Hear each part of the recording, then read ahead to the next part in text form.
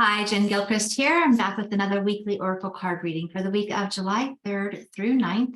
And my intention is to really give you a message to help you align with your higher path, your higher purpose, and just really navigate this week's energy in the highest and best way possible for you. So say hello if you are watching this. I always love to see who's here as I begin to get to know more of you here on YouTube or Facebook, wherever you are.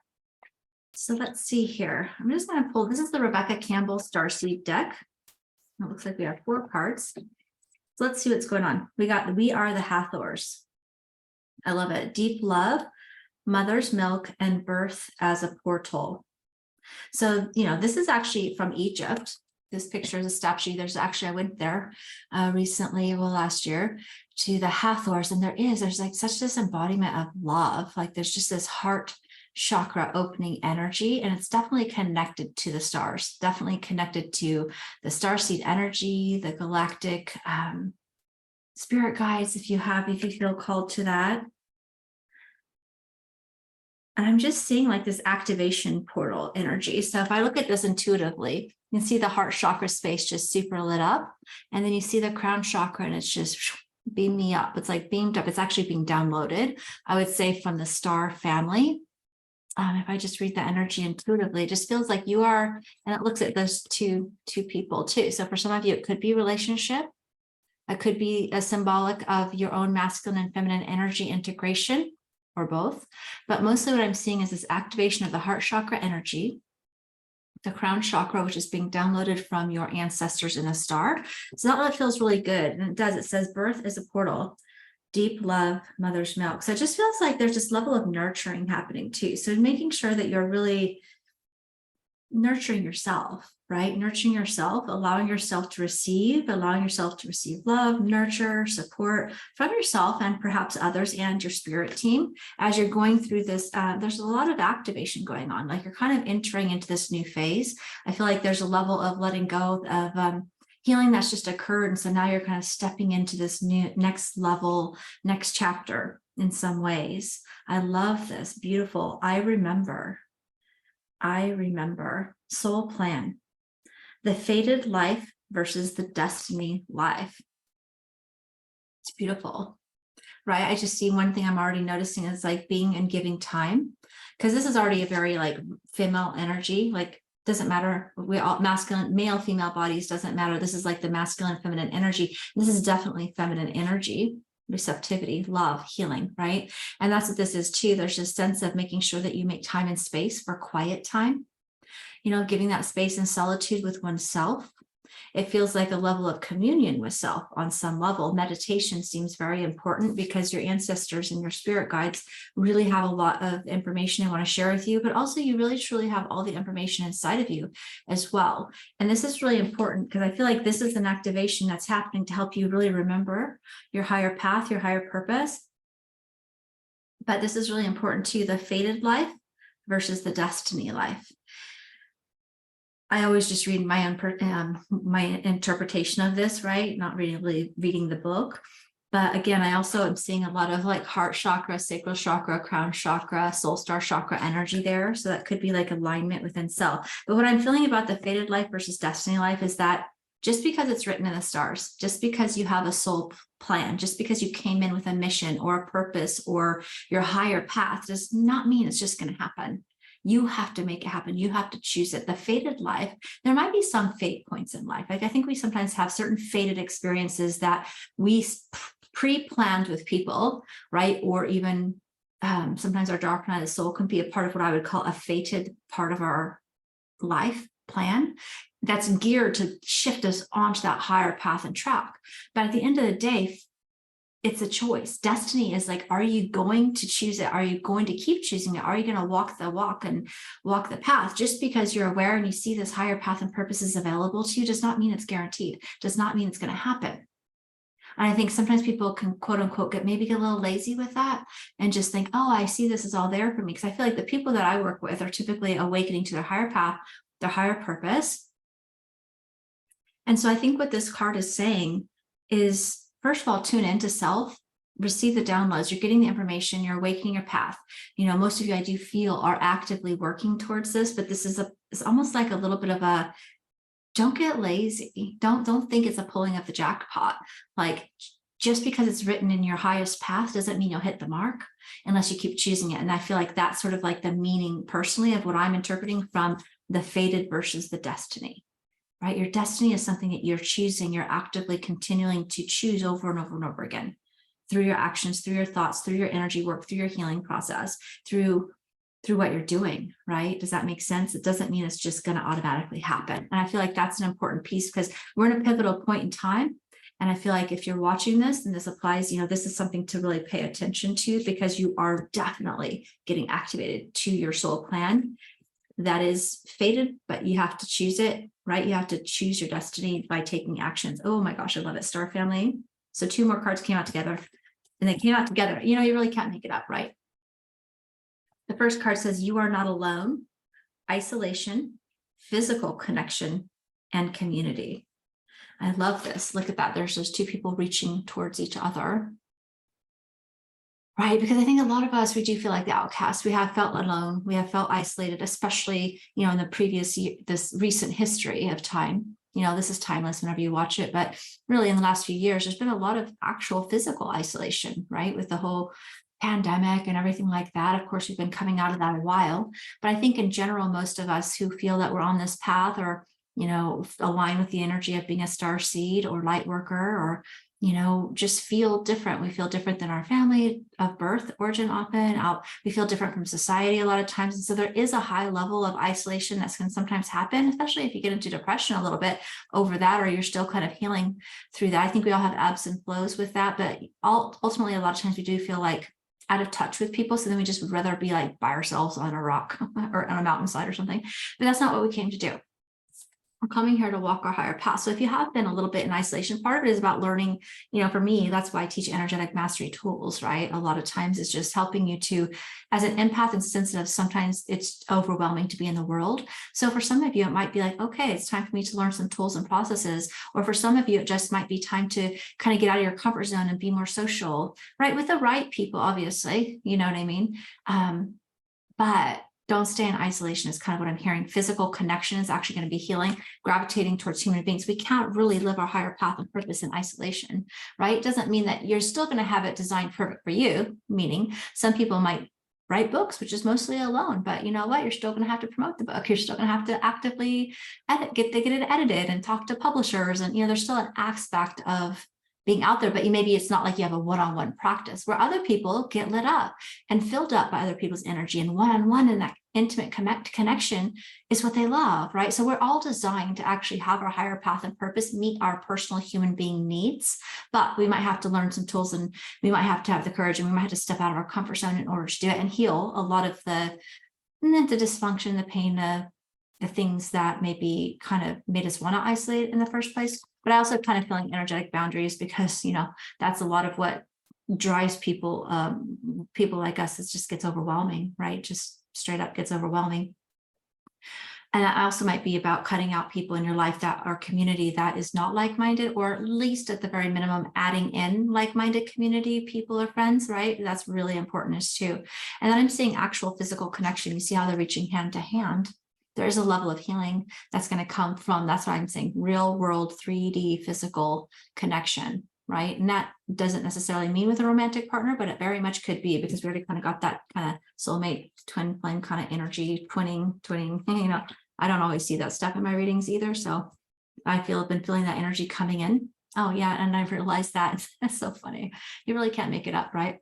But this month actually is the workshop that I'm doing that is actually releasing tomorrow or the next day, whenever you see this, or sometime in the first week of July, is Twin Flame, High Level Soulmates, and Divine Counterpart Workshop. So funny. Oh gosh, cannot make it up, everybody. But that is available, right? It's on flash sale. Usually the first, it's going to be Wednesday because of the holiday in the States.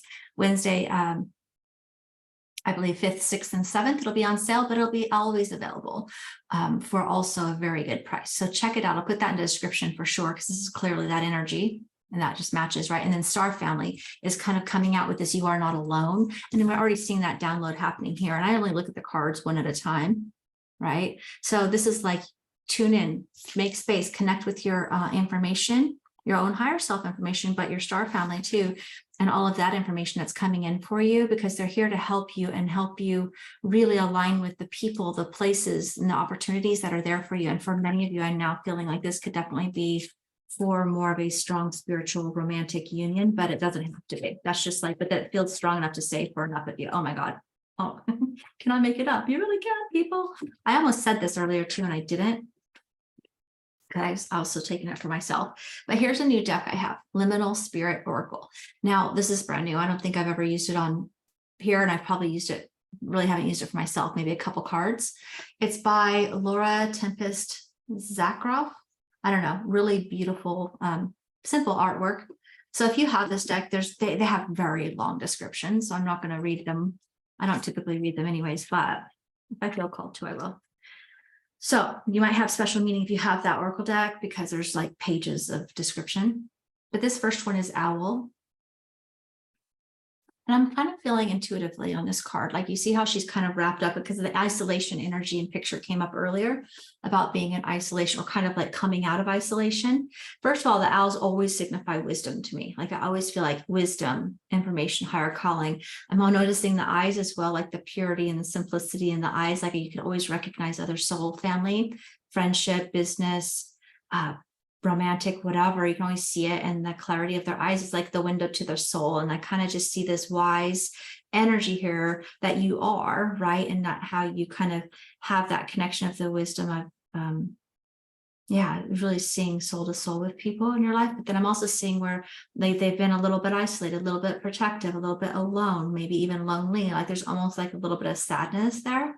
And so I just feel like it's time, like this also kind of repeating back to opening up your wings a bit and letting people in, right? Letting people in your life and in your world, you know, to give and receive love in that way, but also just to give and receive support, right? So if this is for your business, because a lot of, you know, even if it is romantic, if it's a spiritual union like that, it's always about the higher path and purpose anyways, at the same time, right? You get both, but this does feel like it's time to spread your wings a bit and like be out in the world, but also with support, with love, with soul family. And then Star. I love this one. So pretty. Very simple, but it kind of just feels like that Star is like the ultimate fulfillment.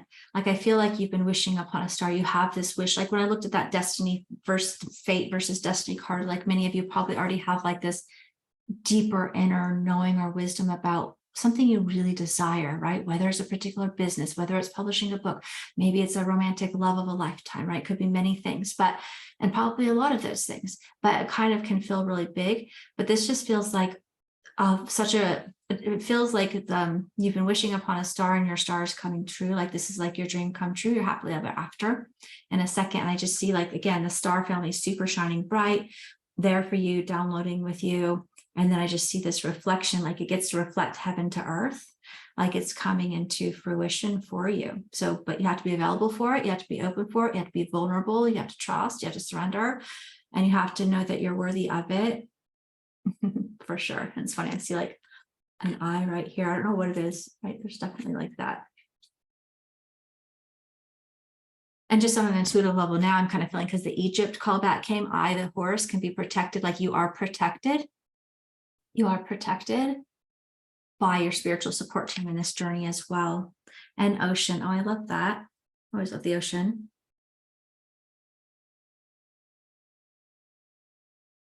And so if I just intuitively read the card as well, again, I know these cards have like very specific descriptors, but I'm not going to read it like that. So if you have it, check it out. Tell me in the comments if you find something cool that resonates. But ocean is like, what I'm seeing in this is like working with the ebb and flow. First of all, I'm seeing like, I know this is ocean, but I get the sense of like staying centered in the eye of the hurricane, right? Because you are protected and guided, right? But it's kind of like staying centered in the eye of the hurricane, but then also ebbing and flowing, right? Every time we swim in the ocean, it's very much like there's a lot of clarity, for one thing. So water could be a good thing. I also see water here, right? And this reflection as well, and this card there. So it's like making sure you have time for that clarity, that reflection, that information, that receptivity time to get your information and your path and your steps. But then it's also the ebb and flow, the timing, divine timing, right? Like no one to action and receiving, the masculine, the feminine, the ebbing and the flowing, the forward movement, the pause. And you can do that within a day, right? I try to find that balance within each day. And then there's also cycles, like bigger cycles where it's more ebbing or more flowing. And it's just completely futile to swim against the wave. You can't go anywhere. You'll be paddling until you're exhausted. And it was not meant to be in timing yet, because there is a level of divine timing at play for everything. A lot of it is that we just miss the boat because we're not choosing our destiny actively, but there is also this divine timing thing happening. So it is kind of like surrender, flow with the energy of that, because there is definitely going to be times where you need to be actively waiting and actively acting. And I think that's why it's going to be really important to stay connected here and to your soul family and really tune in. So that's kind of a deep message, right? Here we are, 4th of July weekend here in the States. I don't know, it's funny. I mean, I love it. It's a great message. You never know what's going to come up. But the energy shifting, because I do these readings each week, right? And I can see a significant like chapter shifting, right? And so, but it looks really, really good, really exciting. And then it made me pull this card back up. I'm like, what else? And it's like, let yourself be swept up in it. Like there's this level of like, let yourself just, it feels like trust, and let yourself get swept up in it all, because there can be a level of fear that gets triggered because you want this wish so badly that is sometimes we can unconsciously self-sabotage because we don't want to be disappointed if we don't hit the mark, but you'll hit the mark.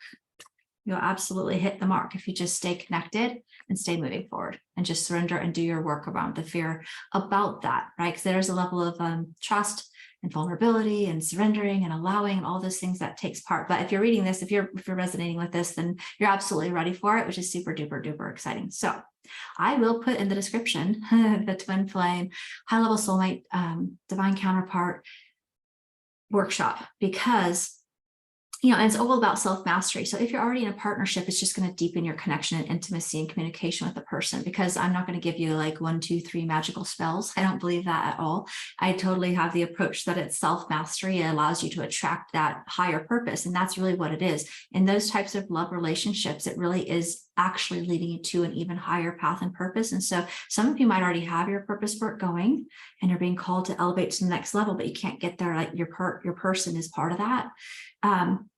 And then for some of you, it just might be, it doesn't even always, this whole reading can also be interpreted without that piece of it. It just feels heavily weighted, like half and half. It is. So that's why I'm talking about it. But at the end of the day, it's always about you and your path and purpose anyways, because that's going to lead you to the other thing, right? So anyways, very awesome. Thanks for joining me. Share this with your friends. I really would love to get this YouTube channel a bit more out there. It's something I haven't put a lot of attention on until more recently. So if you feel like your friends would resonate with this, I'd love for you to share, like, comment below. Let me know that you're here. And if you're on Facebook, I love you too, of course, or anywhere that you're finding me. Thanks for being here, and we'll talk soon. Bye.